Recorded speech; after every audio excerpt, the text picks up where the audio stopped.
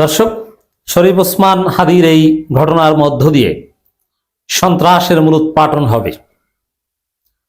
আরো অন্যান্য যারা অবৈধ অস্ত্রধারী কেউ রক্ষা পাবে না, সবার বিরুদ্ধে অ্যাকশন আসবে। অতএব বিএনপি এবার উচিত শিক্ষা পাবে। এই ঘটনা বিএনপি ঘটিয়েছে আমি একবারও বলিনি। জনগণ বিএনপিকে সন্দেহ করছে এবং সন্দেহ করার কারণ আছে, এটা বলছি। অ্যানালজি করছে, দুয়ে দুয়ে চার মিলাচ্ছে, বাট অরিজিনাল কালপ্রিট কারা এটা তদন্তের মাধ্যমে বের হবে।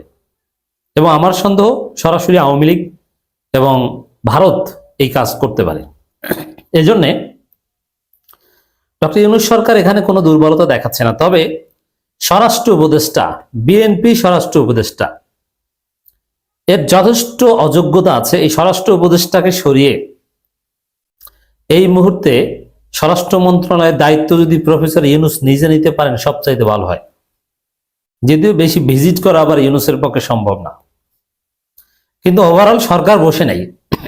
ডক্টর ইউনূসের নির্দেশে অতি দ্রুত কালপ্রিটদের ধরতে সরকার সর্বোচ্চ চেষ্টা করছে এবং শরীফ ওসমান হাদির সুস্থতার জন্য, চিকিৎসার জন্য যা করা দরকার সরকার সর্বোচ্চ গুরুত্বের সাথেই করছে। এর মানে বাংলাদেশে এখন সবচেয়ে বড় ভিভিআইপি শরীফ ওসমান হাদি।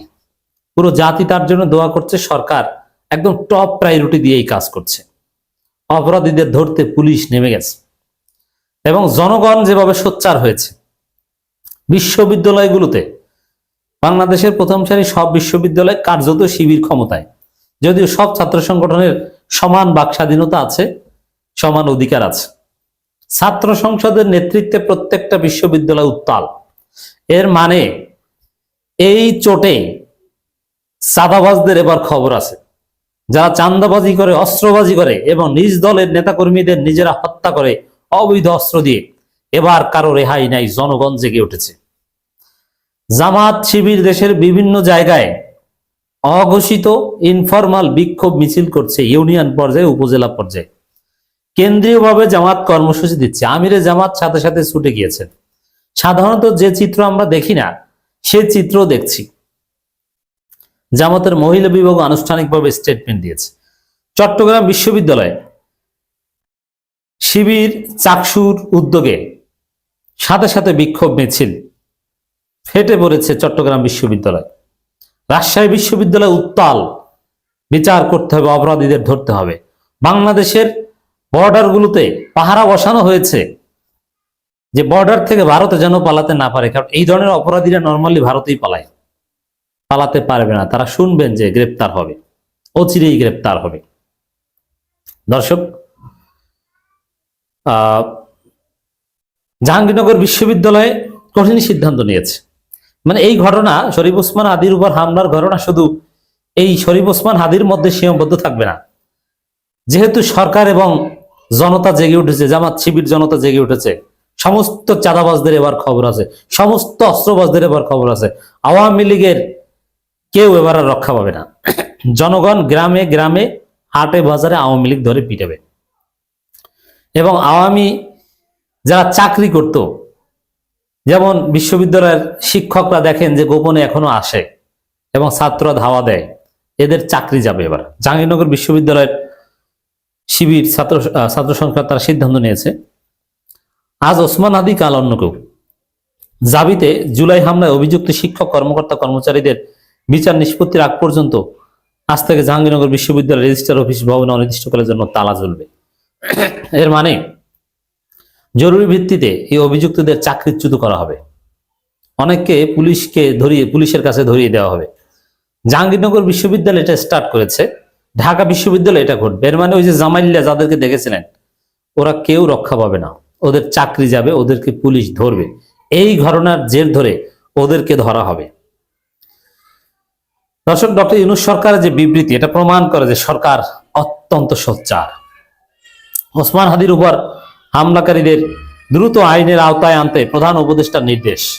এর মানে আর এই ওসমান হাদির উপর হামলাকারীদের দ্রুত আইনের আওতায় আনতে গেলে আরো অনেক অপরাধীদের ধরতে হবে। এবং জনগণ এই অন্যান্য সামাজিক অপরাধ যেমন চাঁদাবাজ সহ বিভিন্ন অপরাধের বিরুদ্ধে সোচ্চার। অতএব বিএনপির রেহাই নাই। রাজধানীর বিজয়নগর এলাকায় ইনকলাব মঞ্চের মুখপাত্র ঢাকা ৮ আসনে সম্ভাব্য স্বতন্ত্র প্রার্থী শরীফ ওসমান হাদী দুর্বৃত্তদের গুলিতে গুরুতর আহত হওয়ার ঘটনায় গভীর উদ্বেগ প্রকাশ করেছেন অন্তর্বর্তী সরকারের প্রধান উপদেষ্টা প্রফেসর মোহাম্মদ ইউনূস।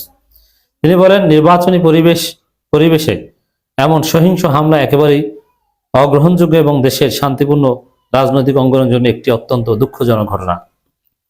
আহত ওসমান হাদীর সর্বোচ্চ চিকিৎসা নিশ্চিত করতে সংশ্লিষ্টদের প্রয়োজনীয় সব ব্যবস্থা গ্রহণের নির্দেশ দিয়েছেন প্রধান উপদেষ্টা। এছাড়া চিকিৎসা কার্যক্রম নিবিড়ভাবে তদারকি করার জন্য স্বাস্থ্য মন্ত্রণালয়কে প্রয়োজনীয় দিক নির্দেশনা প্রদান করেছেন। আল্লাহ রাব্বুল আলামিন শরীফ ওসমান হাদীকে সম্মানিত করেছেন। দেখেন, আমরা দোয়া করি শরীফ ওসমান হাদী ফিরে আসুক। ফিরে আসলে শরীফ ওসমান হাদী যে এমপি হবেন এটা সম্ভবত কেউ ঠেকাতে পারবে না। জামাত কখনো শরীফ ওসমান হাদীর বিরুদ্ধে প্রার্থী দিবে না। তাহলে মির্জা আব্বাসকে নির্বাচন করবেন না, এই কাজ মির্জা আব্বাস করতে পারবে না। জামাত চোখ বুঝে শরীফ ওসমান হাদীকে সমর্থন দিয়ে দিবে, আর জনগণ তাকে ভোট দিবে যদি আল্লাহ তাকে জীবিত রাখেন। আর এই অবস্থায় শরীফ ওসমান হাদী যে সম্মান পাচ্ছে, সরকার যেভাবে গুরুত্ব দিচ্ছে, এটা তার অর্জন, একজন বিপ্লবীর অর্জন। এই অর্জন এবং জনগণের দোয়ার মাধ্যমে তিনি আমাদের মাঝে ফিরে আসুক। একই সঙ্গে প্রধান উপদেষ্টা আইনশৃঙ্খলা রক্ষাকারী বাহিনীকে দ্রুত ব্যাপক তদন্ত চালিয়ে হামলায় জড়িত সবাইকে শনাক্ত করে আইনের আওতায় আনার কঠোর নির্দেশনা দিয়েছেন। এদিকে উপদেষ্টা পরিষদ জরুরি মিটিংয়ে বসেছে, আর জড়িতদের গ্রেপ্তার করতে গেলে আরো নানান আনুষঙ্গিক অপরাধের বিষয়ে জনগণ সোচ্চার হচ্ছে। অতএব এবার দফারফা হবে। ফুটেজ পর্যালোচনা এবং হামলার পেছনে কোনো সংগঠিত পরিকল্পনা থাকলে তা উন্মোচনের জন্য তাৎক্ষণিক পদক্ষেপ নিতে বলছে। এখানে বোধ বিএনপি এবং আওয়ামী লীগ ফেসে যেতে পারে বলে আমার ধারণা। যে ঘটনা হয়তো বা আওয়ামী লীগ ঘটিয়েছে আর এর সাথে বিএনপি সমর্থন ছিল, দুই গ্রুপের সন্ত্রাসীরা মিলেও ঘটনা ঘটাতে পারে। মির্জা আব্বাস জানতেও পারেন, নাও জানতে পারেন, তবে তাকে সন্দেহের বাইরে রাখা যাবে না। প্রধান উপদেষ্টা বা নির্বাচনকে বাধাগ্রস্ত করার উদ্দেশ্যে কোনো ধরনের সহিংসতা বরদাস্ত করা হবে না। জনগণের নিরাপত্তা এবং প্রার্থীদের অবাধ চলাচল নিশ্চিত করা আমাদের দায়িত্ব। দোষীরা যেই হোক আইনের আওতায় আনা হবে। দর্শক, ব্যারিস্টার আসাদুজ্জামান ফুয়াদ সিংহ পুরুষ এবং ওসমান হাদীর খুব ক্লোজ। সে আসাদুজ্জামান ফুয়াদ হুঙ্কার দিয়েছেন অন্যায়ের বিরুদ্ধে, চাঁদাবাজদের বিরুদ্ধে। এই ফুয়াদের মাধ্যমে কিন্তু হামলা শুরু হয়েছে, চাঁদাবাজদের হামলা। রাজশাহীতে মিছিল করেছে শিবির।